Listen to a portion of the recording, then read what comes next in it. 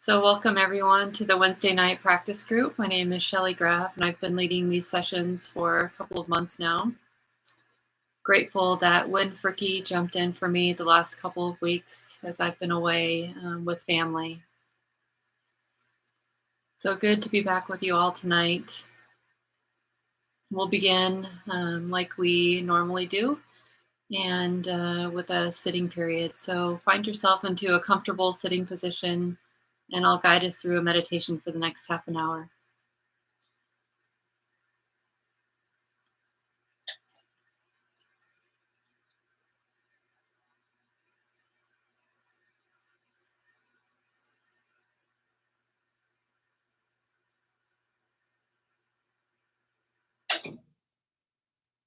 Before we get started, just welcoming our lives to be just as they are. The conditions of our living spaces to be just as they are.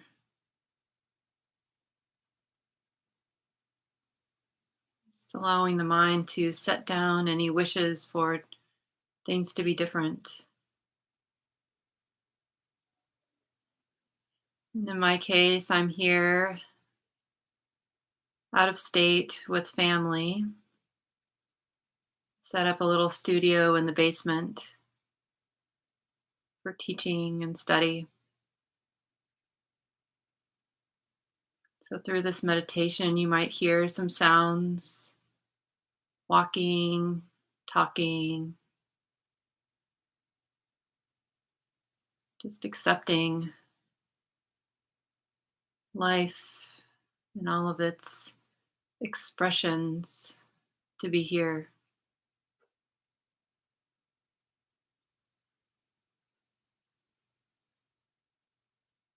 To be here both in our own living space and with others like me, connected through our technology.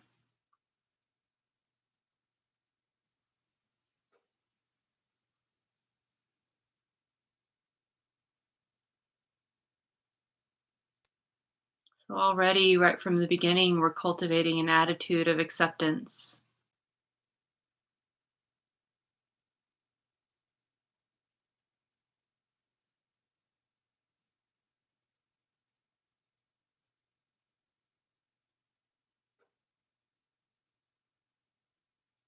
And just knowing how that feels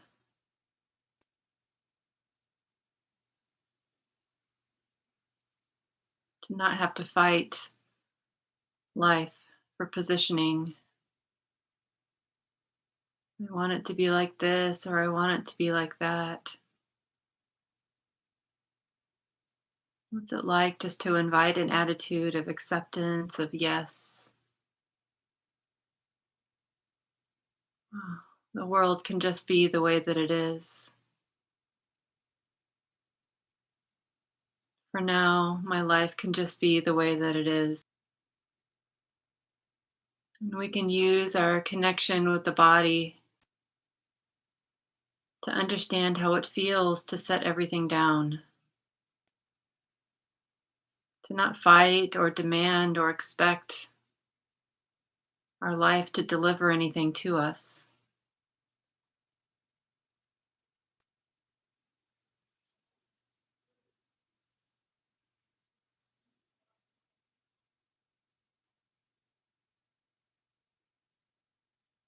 What's it feel like in the body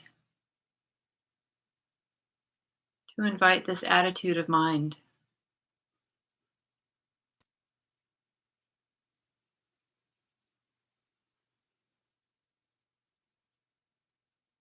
Just do a little scan from head to toe.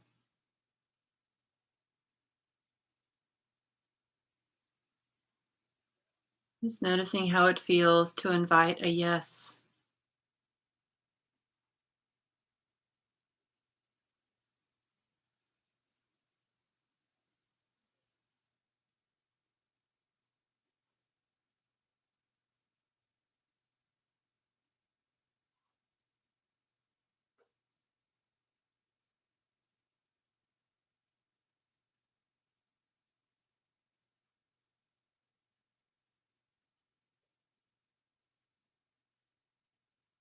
Breathing in acceptance,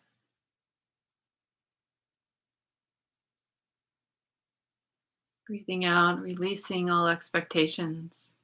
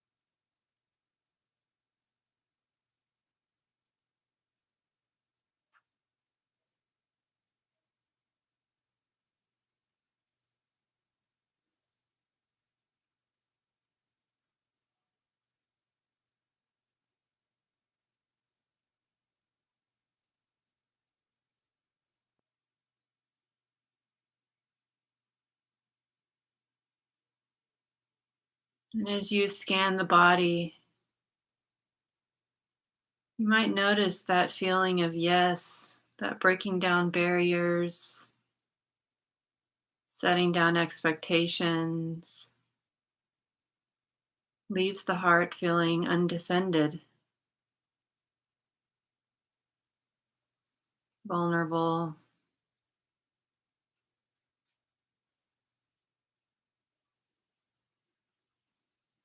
and that's okay. Can we allow this to be okay?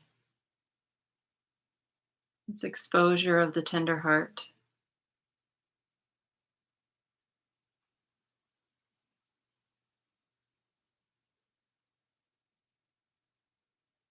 this heart that cares.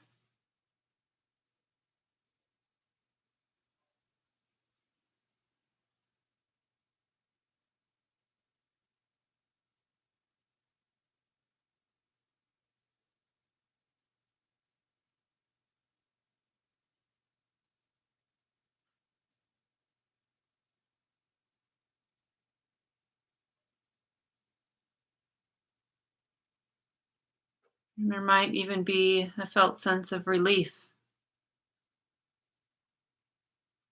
There's nothing to do, nowhere to go, nothing to want.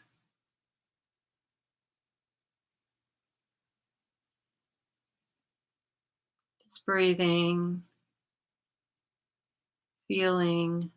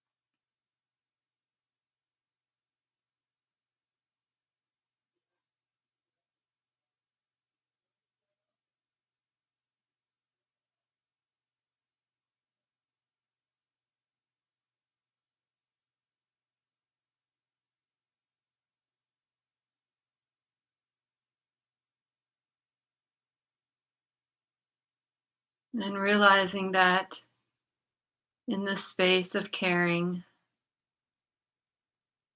the space of this tender heart connecting, accepting, any experience can emerge. And this heart knows how to be intimate. So breathing and feeling, sensing the body, just allowing any emergence.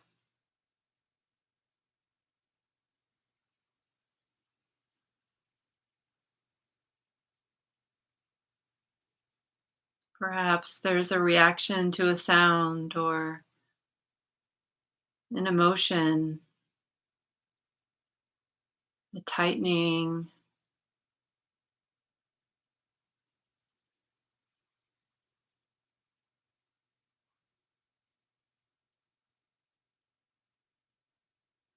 Perhaps the heart responds to a thought or a memory or a worry or a plan, and there's a constriction there. Remembering that the same instructions apply. No need to reject. Invite an attitude of acceptance.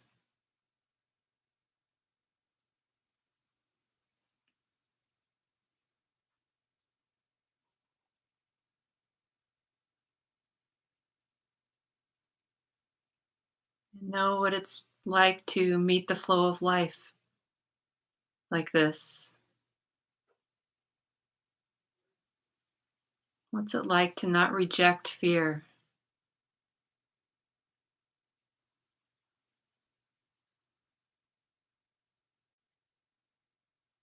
What's it like to not reject body discomfort?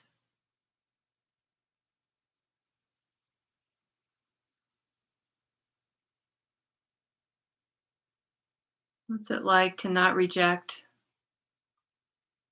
the thinking mind?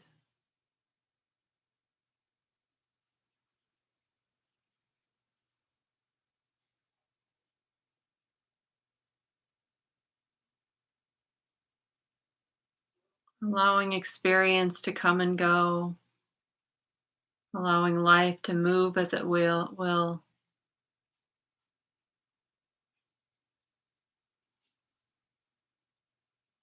And our practice is acceptance,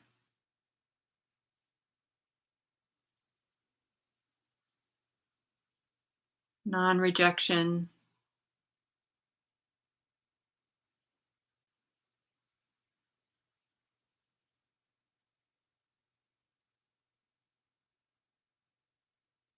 And in this way, we cultivate stability of heart to be with all of the conditions of life, the internal and the external.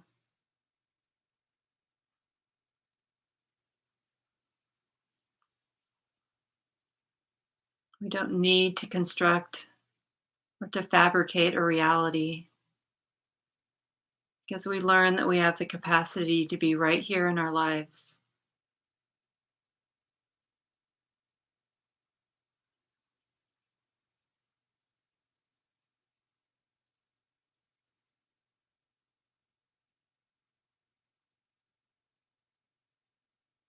And we'll continue like this in silence together for a bit longer.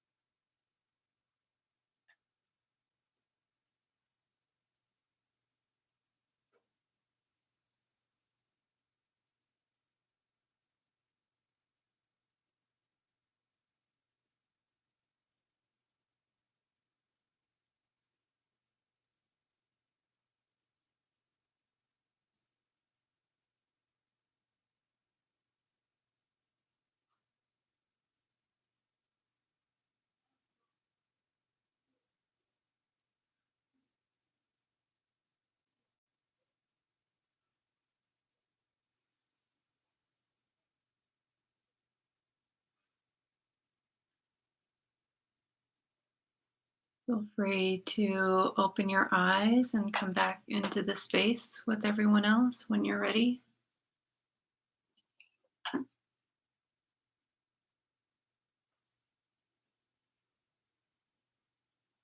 Thank you for your practice.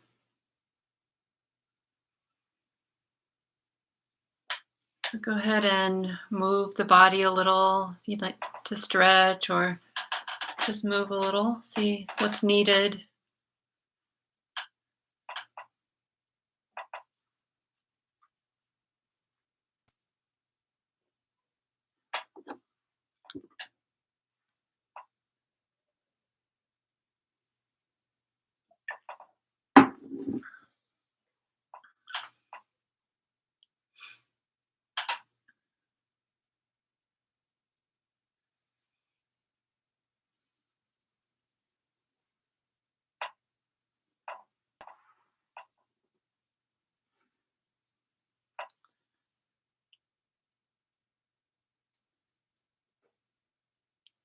It's good to be back. And I want to start off by saying thank you for all the well wishes. Many of you know that I've been I've been out of state for a while with my partner, we were helping to care for her mother who passed away about a week ago. So we're still here and we'll stay here for a bit longer, just helping dad get his feet on the ground after losing his partner of 56 years. Yeah. So here with the flow of life, um, yeah, and appreciating the connection to Sangha in Minneapolis, extended Sangha now in Michigan, and all over for many of us. I know that many of the people who are listening now are listening in from all over the world. So yeah, extending well wishes beyond, always beyond the walls that we're living in.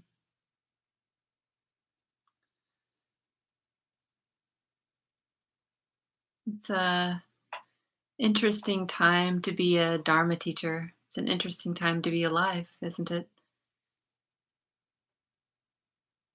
Over the past couple of weeks, I've, in what feels like a bit of a bubble here, immersed in family life and caregiving and tending to the heart and the heart of family members through this time of loss. And just really relying so heavily on my practice these days to support me and others, trusting really that this practice supports others as well as it supports me.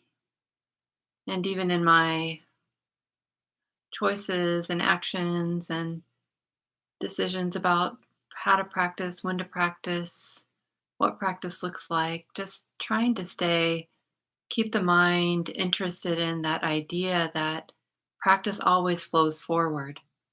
So every moment that we choose that the mind remembers to be aware, that the mind remembers to be intimate, that it's okay to be, that it's safe enough to be intimate in this present moment, is actually a moment that supports all of us.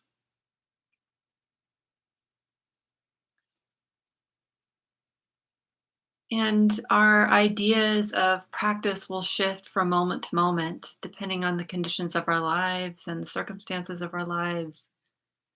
And this has really been front and center for me in these last few weeks, but not just in these last few weeks. It feels like a really relevant point in all of our lives as we've been living under new conditions, not so new anymore. We've been living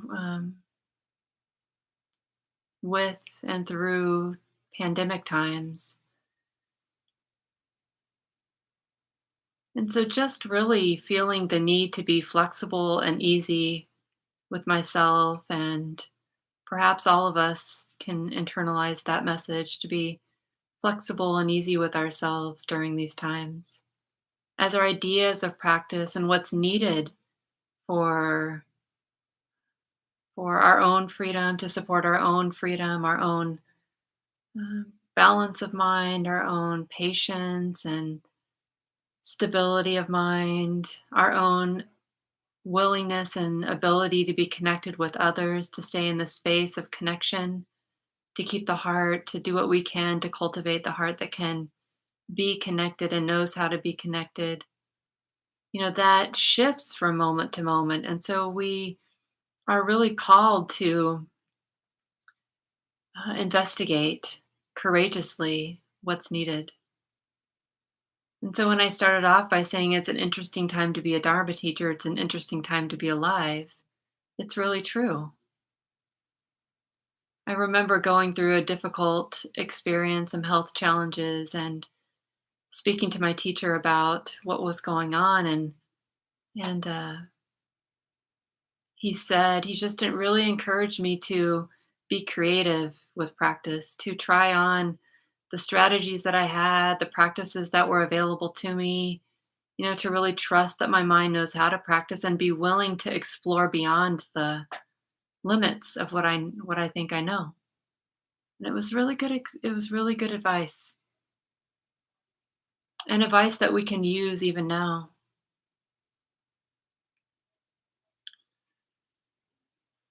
And the more and more I live these days and practice and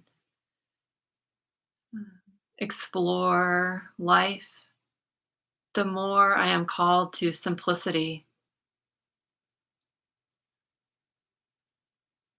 And the simplicity of really dropping in beneath this mind that needs to figure things out and wants to do it right and wants to know the right way to what should I be doing and how should I be doing it, and I'll just do that, and what's the Dharma teaching that I should be paying attention to right now. But sometimes it's easy to get lost in that mind that wants to just figure it out, wants to have the answer, wants some resolution, is expecting something from life, rather than dropping beneath that into the space of simplicity that just accepts the complexities and the flow of life as it is, right?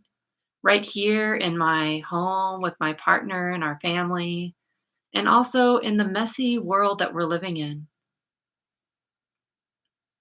my wider communities with friends all over the place, in my with my beloved Dharma teacher trainees through IMS. There's a difference in that mind that wants to, as grasping for something, is looking for something to save me, and the mind that can just relax into the flow of life and trust that, oh, I know how to connect and be with this. So it's a difference in trying to find the answers or thinking I need to know the right answer to just relaxing. And most of the time, if I'm honest, and it's probably true for you, at least some of the time, I don't know what to do. I don't know what's called for. But what I do know how to do is to be a practitioner, is to be a student, or to be a learner.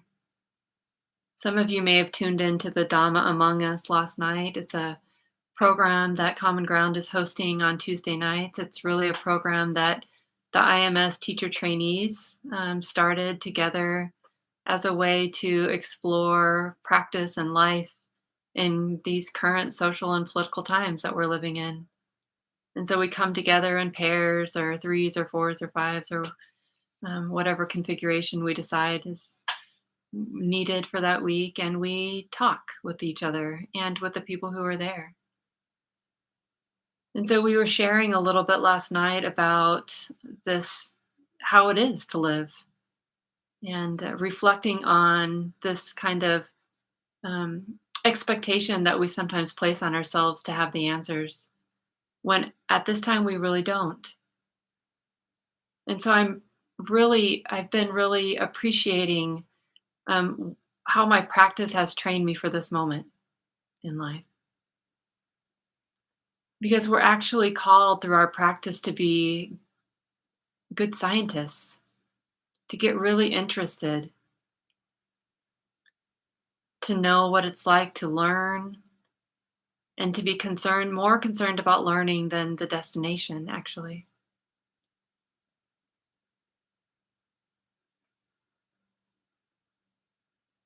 And so, although we may not know what to do, we may not know what the world needs from us, we may not know what our families need from us, we may not know how to navigate these complicated moments while we're raising children at home and trying to work. We may not know how to deal with the kind of difficult mind states that arise, the depression or anxiety, or the activation that seems to arise in the system so easily from time to time. We may not know what to do, but we do know that our job is to be a student. So to get interested. And in this move towards simplicity, the mind can get interested in the experience, the internal experience that is here. And this is what I mean by being a student.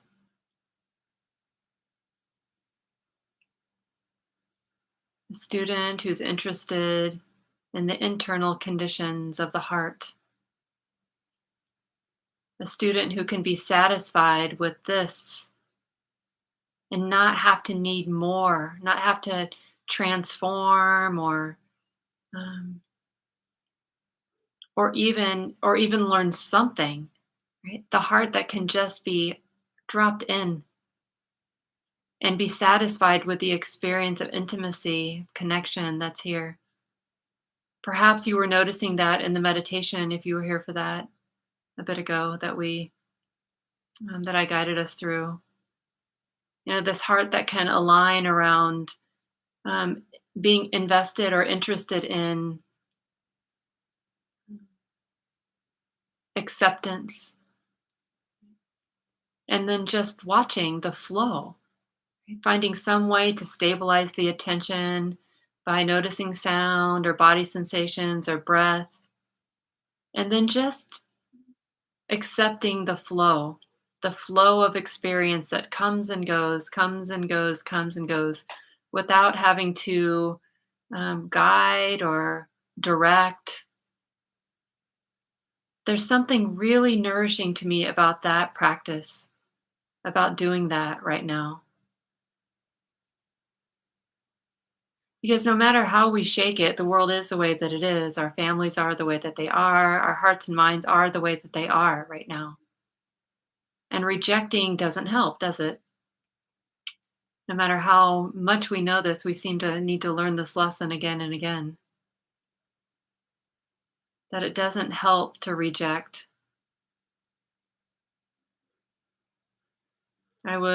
I told the story last night too. I was taking a walk yesterday, and our IMS training retreat is happening right now this week.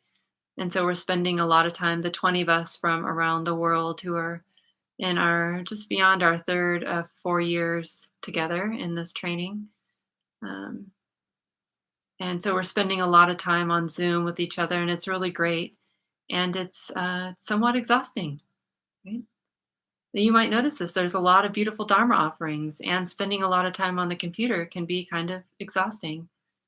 This The brain doesn't quite know how to just be in this one modality, right? With the screen in front of us and without all the other ways the body knows how to connect and adjust with the flow of energy coming back and forth.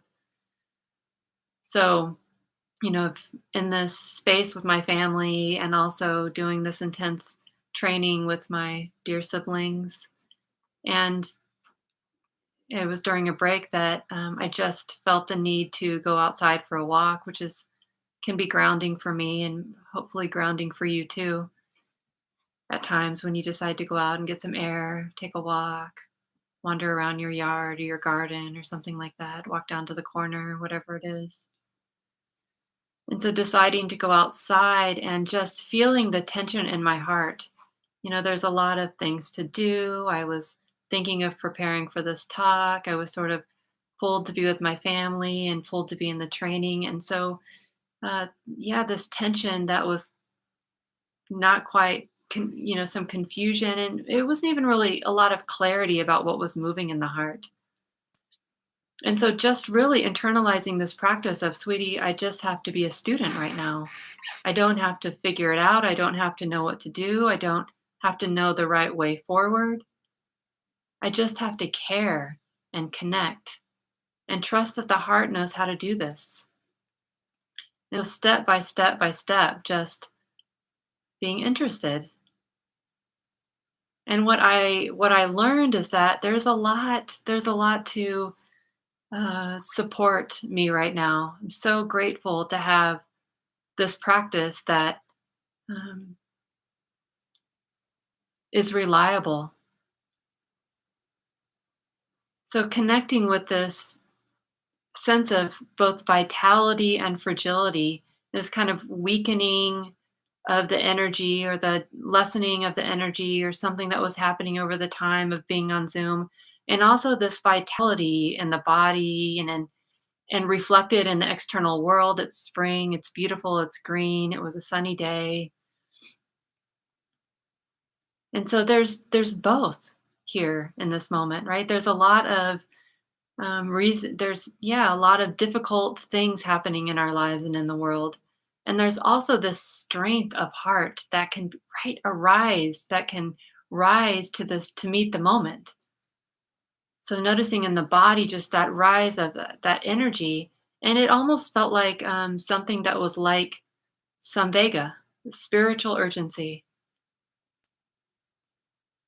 And you might know the story of the Buddha and his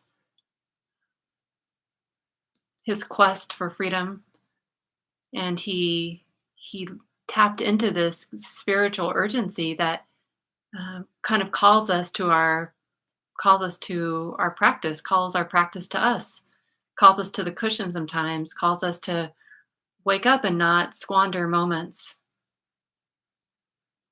And then this samvega, this urgency that can express itself as a vitality or a life force energy is is really closely related to this other energy of pasada, which is a strong faith that there is a reliable way to happiness. There is a reliable path.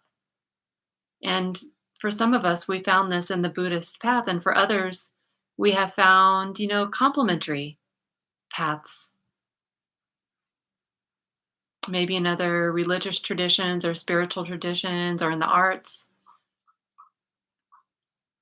So, this spiritual urgency, this vitality, or it feels like life force energy that can be there in moments alongside of this strong um, faith that there is a reliable path, and the Buddha has laid this out for us. And this reliable path really centers around this idea of simplicity and renunciation and letting go. So it's really worthwhile when we don't know what to do just to connect with that, to feel that energy in our hearts and really an embodied way in in our hearts and in the felt sense in the body, walking or moving about our lives and our homes, with our families, however we're engaging in the world even over technology, to feel that strength of like, oh, this heart that cares and however that energy is expressed. And that energy can be expressed sometimes in surprising ways. Again, remembering that time more than a year ago now that I was having some health challenges I just referred to. And actually, it was another teacher who asked me, he said something like, have you gotten angry yet? And it was such an interesting question for a Dharma teacher asking a student, how have you gotten angry yet? And what he was pointing to is that energy of anger it can be one expression of this vitality that we need for healing and for progress, for transformation, for forward movement. So we might, there's just so many ways to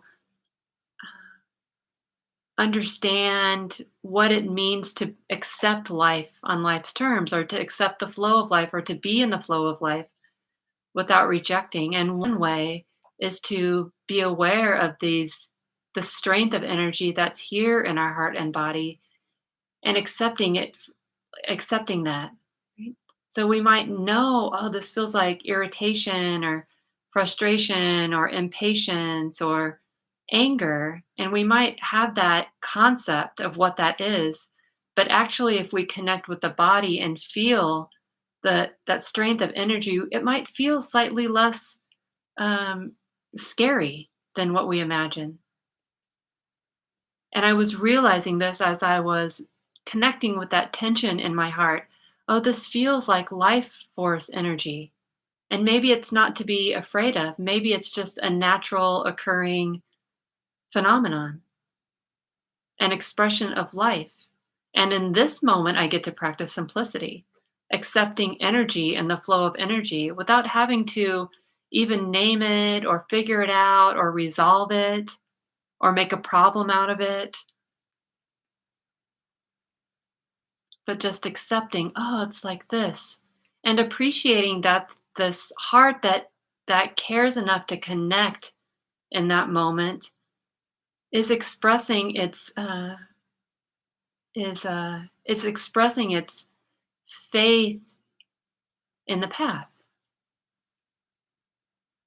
is really connecting with that samvega and pasada, that energy of spiritual urgency, realizing this is a moment to wake up. I don't have to wait for a better one, but it's this moment that's useful to me in my life. Along with that faith that goes like, well, how about intimacy, sweetie? What do we do with this moment? Well, how about just being intimate without having to do anything else but just connect and see what happens? Just see what happens.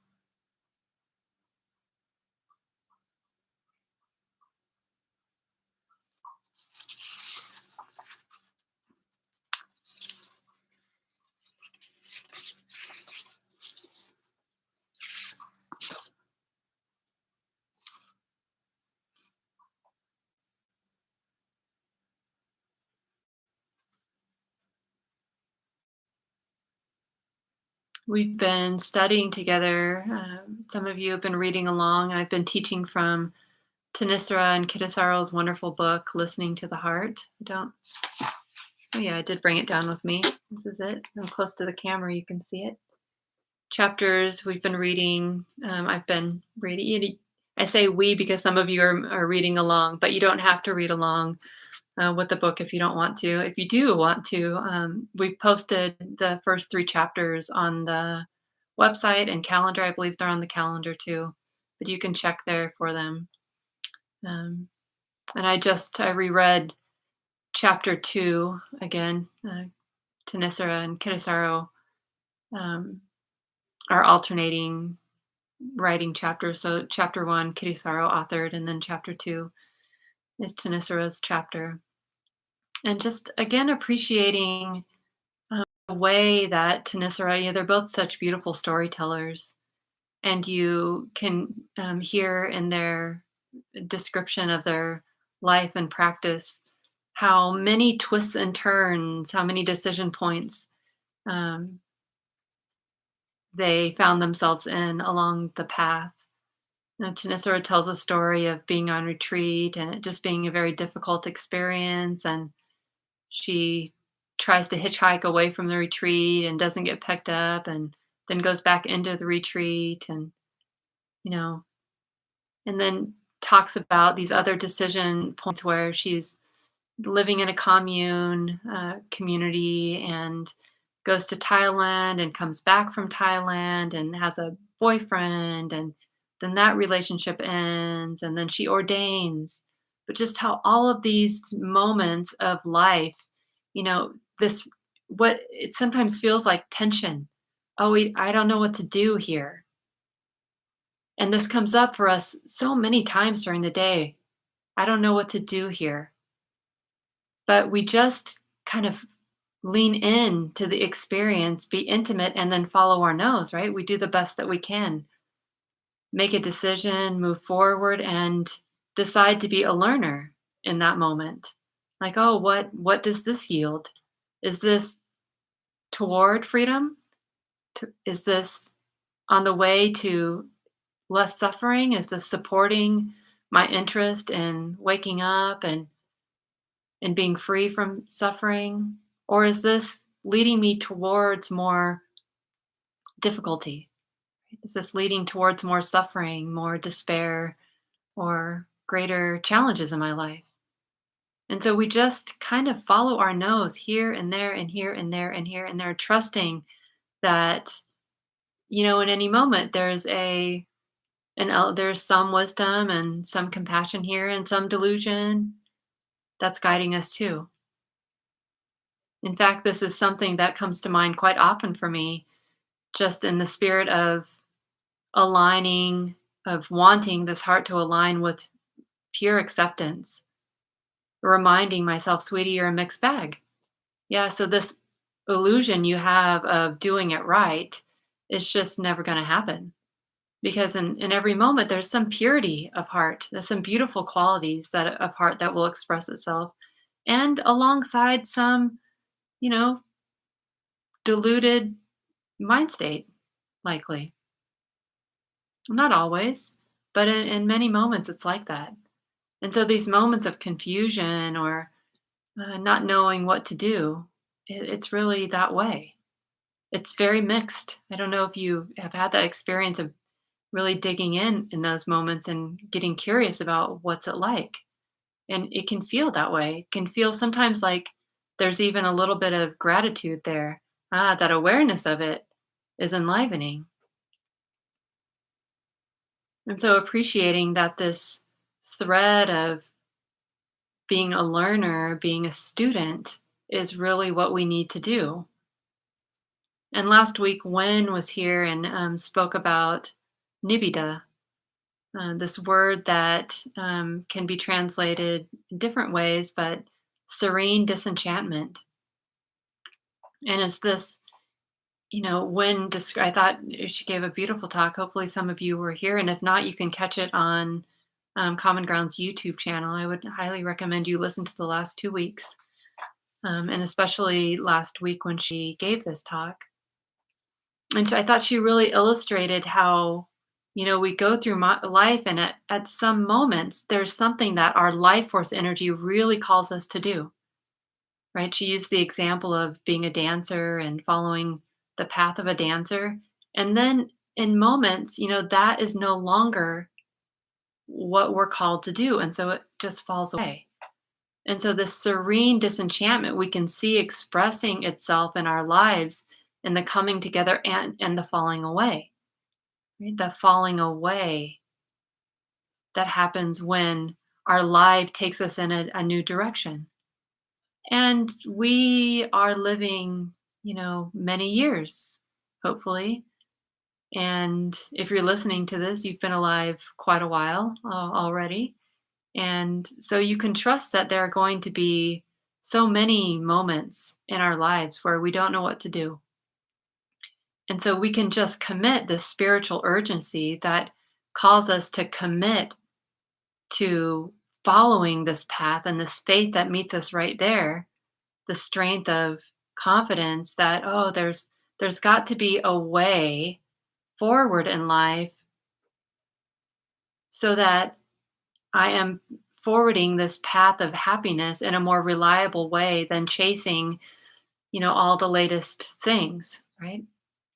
By taking refuge in um, all that's not worthy of taking refuge in, which we do so often.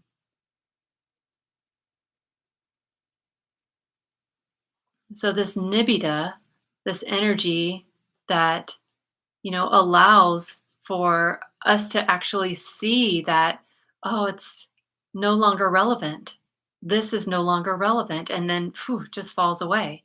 This happens when we continue to place ourselves on the path as students and not as experts in any one area. I was reading a little bit about nibbida in an article written by Andy Olinsky.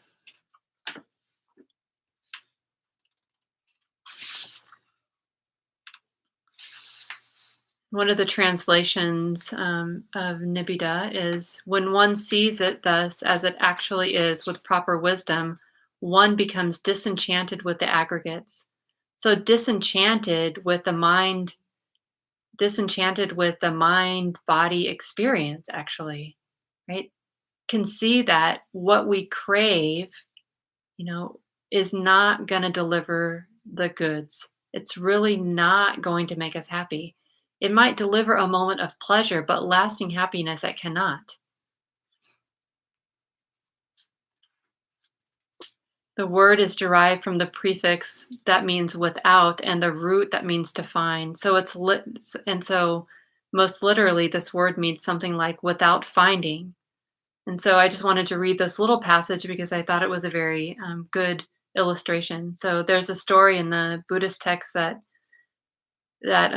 illustrates the meaning and the importance of this term. And Andy goes on to say that a dog stumbles across a bone that has been exposed to the elements for many months and has been therefore bleached of any residual flesh or marrow. The dog gnaws on it for some time before he finally determines that he is not finding any satisfaction in the bone, and he thus turns away from it in disgust. So this is, an illustration of nibbida, that what we find when we realize that craving and gratifying that craving is not actually, it just doesn't help. It might deliver a moment of pleasure, but it doesn't, it's not going to take us there. So that, I was describing going on a walk the other day, and this is really coming all together for me in these moments on this, it's very simple experience of just going out for a walk, one foot in front of the other in the neighborhood, not in a pristine or beautiful place with woods or water, but just right here in the neighborhood. And so feeling like with each step, the heart is tense. What am I going to do? It just didn't make sense to go inside and eat something or turn on the TV and indulge in a show or to find some other way to indulge or to gratify this craving, this heart that feels discontent, right? There was that feeling of discontent. But somehow this heart had this faith like the really, sweetie, the only thing that's worthy of doing is to connect, is to be intimate with this experience right now, right? So the heart was able to let go or not pick up some of these other possibilities. So this nibbida of getting a disenchantment with with what can be indulged through the senses.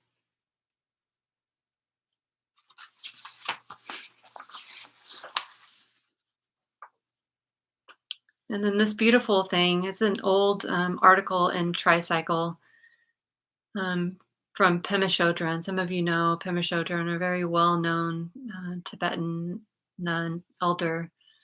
Uh, if you need some inspiration, you can pick up any of her books and you won't be disappointed. And talking about letting go and setting things down and full acceptance, Pema Chodron has a wonderful way of describing renunciation. So that act of setting things down, the heart that can set things down, the heart that can rest in its simplicity, its connection, intimacy. And she says, renunciation is realizing that our nostalgia for wanting to stay in a protected, limited, petty world is insane. Once you begin to get the feeling of how big the world is and how vast our potential for experiencing life is, then you really begin to understand renunciation. When we sit in meditation, we feel our breath as it goes out, and we have some sense of willingness just to be open to the present moment. Then our minds wander off into all kinds of stories and fabrications and manufactured realities, and we say to ourselves, it's thinking. We say that with a lot of gentleness and a lot of precision. Every time we are willing to let the storyline go, and every time we are willing to let go at the end of our of the out breath, that's fundamental renunciation, learning how to let go of holding on and holding back. The river flows rapidly down the mountain, and then all of a sudden it gets blocked with big boulders and a lot of trees. The water can't go any further, even though it has tremendous force and forward energy. It just gets blocked there. That's what happens with us too. We get blocked like that. Letting go at the end of the out breath, letting the thoughts go is like moving one of those boulders away so that the water can keep flowing, so that our energy and our life force can keep evolving and going forward. We don't, out of fear of the unknown, have to put up these blocks, these dams that basically say no to life and to feeling life. So beautiful and inspiring. And in moments, we can feel that too. That life force energy that is carrying us forward in our own transformation and well being, that is a support not just to us, but to others. And I don't know about you, but it seems like that is the most reliable way forward. And the only thing that makes real sense. I'm reminded of this story that's circulated about Deepa Ma, who was a very wise woman, practitioner, teacher, and a teacher to many of the Western teachers in this Theravadan tradition, Joseph Goldstein and Sharon Salzberg and others. And at somebody asked Deepa Ma, what's the difference between mindfulness and metta? And she said something like, her answer was like, I don't know the difference. And this is how it feels in those moments when our life force energy is there, right? When the mind like can really be content with simplicity, with just the connection and the willingness to follow our nose to the next thing and to the next thing, to the next step, and to see what happens, be curious students, then this life force energy that's there reveals itself. This vitality that is interested in awakening, that is interested in well being, mine and yours, right? That's met with this faith that's moving. And it feels like mindfulness, it feels like metta, it feels like yes, right? It's there. And it feels so good. It can feel so good. Even though there was still tension in the heart, that changed from time to time and rose and fell away and arose and fell away on this very simple walk I was taking yesterday. There was a real tenderness in the heart and a lot of movement of emotion and some tears that wanted to express itself. But the heart was really tender and can feel, and there was a lot of gratitude for that. It was alive and vibrant. A feeling of aliveness, of vibrancy, of vitality. And this is what's going to help us, isn't it?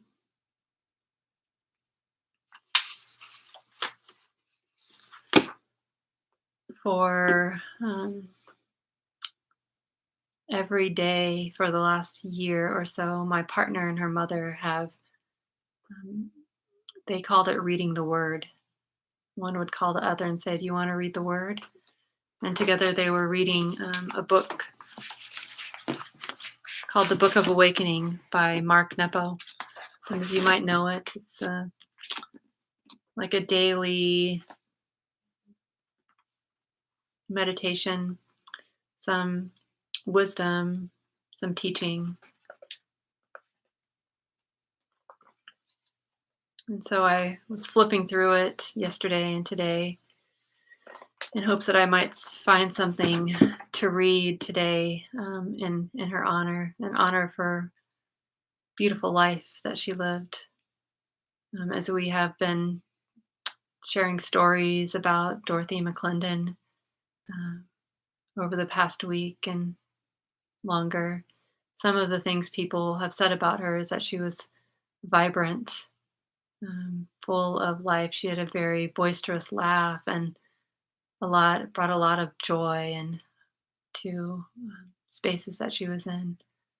And so this In some ways, this interest in connecting with the life force energy and being a student of life and not being afraid to notice and feel that life force energy that's here and guides us is related to her life and legacy and, you know, our connection to our ancestry and our lineage. And so we may not be with the ones that we love so much now, but we always carry them with us. And for today, I would like to dedicate this talk to Dorothy's beautiful life and legacy that she left for all of us to feel. This is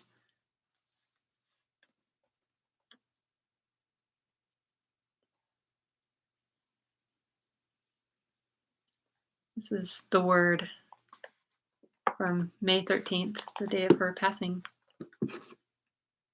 Feeling our way through. I used to struggle fighting off sadness or trying not to be anxious. But as most of us learn, once that drop of melancholy or unrest beats on the heart, trying to feel anything else is denial.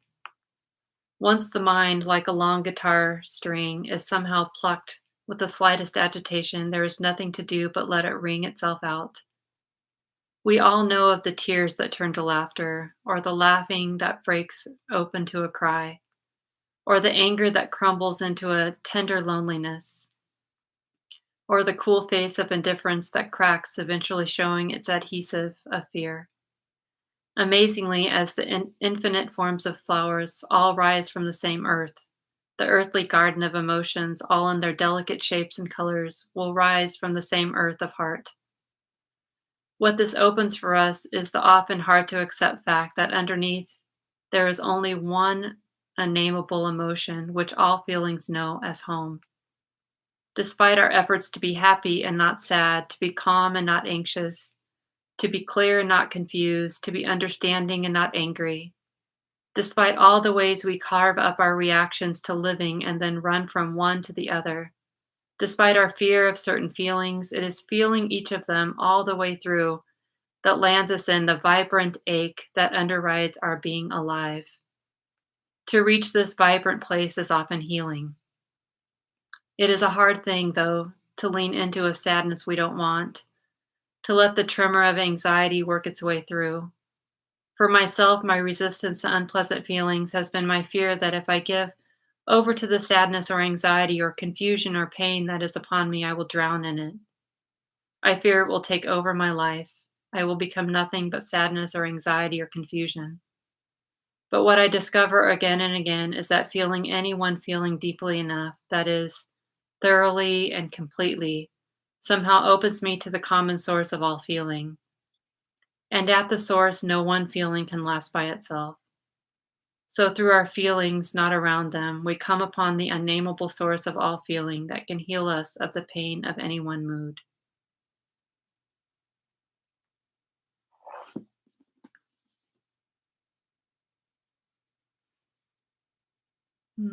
May Mark Nepo's words in our practice help us meet all of the experiences life has to offer us. And may we not look for a better moment to practice, to wake up, to learn how to live with all of the impermanence and uncertainty and dissatisfaction we have with our lives and in the world. May we learn to meet this with strength and courage and tenderness and vulnerability. Thank you so much for your attentive listening. There is a little bit of time left in case you have comments or reflections or questions. You can type them in the chat, and I'll stay here patiently and see if there's anything that wants to uh, be expressed tonight.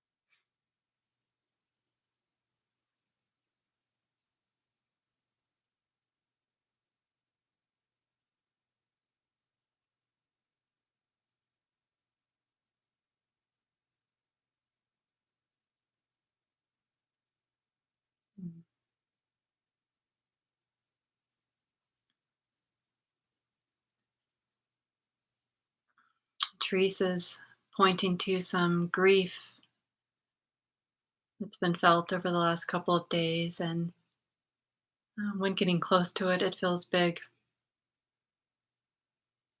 Sometimes it's like this.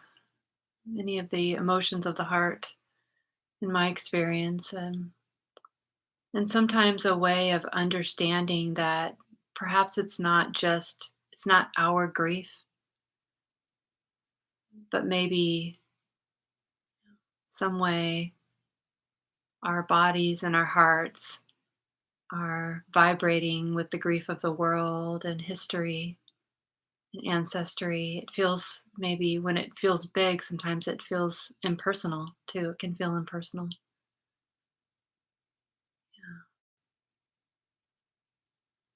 And sometimes in moments when it feels like, I don't know if this heart is strong enough to meet this, it can, that it can also be another way of orienting to anatta, or not self, or this expression of nature. It's like, well, of course, this one Shelley may not be able to meet the suffering of the world, but the collective can do that. Right? So together we can. We're very strong, stronger than we are alone. And so this flow of grief or sadness or whatever moves in the heart, gratitude can be pleasant, joy. Sometimes joy can feel like this, energy that's very strong, and this one human can't, some doubt that this one human can feel it all, but the collective can. Right?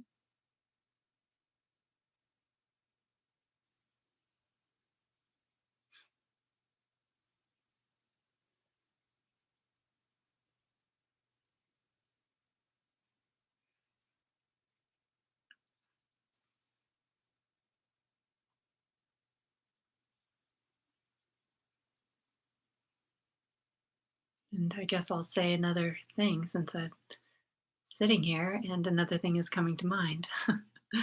Like I said, we've been the 20 IMS teacher trainees have been in retreat this week, and we've been immersed in discussions of oppression and trauma. And I was we were having a large group discussion earlier, and I was noticing just how, I made a comment and other people made comments, and how this heart has orients around a view, and that view is expressed in the room, and how everybody was doing that same thing, and how in a moment of receiving everybody's expression of their life that was expressed in their views and understanding, right, that they were just that. And it was so much easier to see how, you know, reflective it is of a life, and also really not personal. It feels like it's such a personal thing to have a view or an opinion, or this mind to formulate an idea about something and put it out there. And when there are 20 people from all over the world with various lived experiences, it becomes so easy and such a beautiful thing to see, like, oh, we all have views. Everybody has views. All the minds in all the world generate views. And it feels harder to cling or to grasp and to create a sense of Shelley who needs to be righteous around this view, when it can feel like, oh, everybody's doing this and from all different lived experiences. And I was just appreciating being in the room with people who have different views, and how what a catalyst for awakening it can be to talk and listen to people who think differently than you. An expression of nature, it feels harder to construct a sense of self around an, a view when so many people have so many views.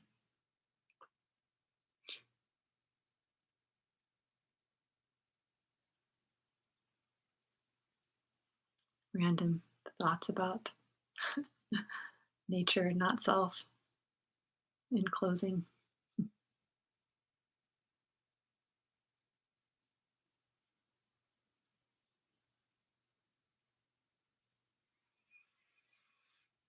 Okay, friends, feel free to continue chatting with each other for a few more minutes. I'm going to sign off. Again, it's good to be here with you, and I'll see you next week. Much love.